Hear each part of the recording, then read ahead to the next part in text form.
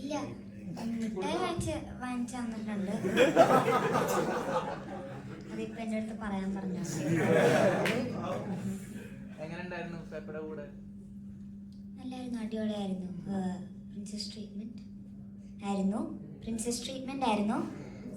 എല്ലാവരും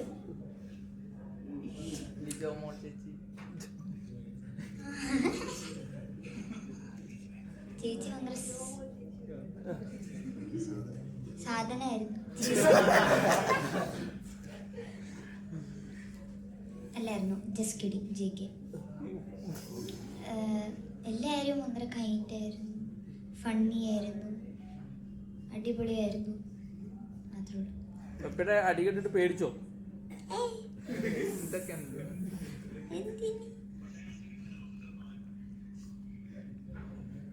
ഇടി എങ്ങനെ ഉണ്ടായിരുന്നു നേരിട്ട് കണ്ടപ്പോ? കുഴപ്പമില്ല.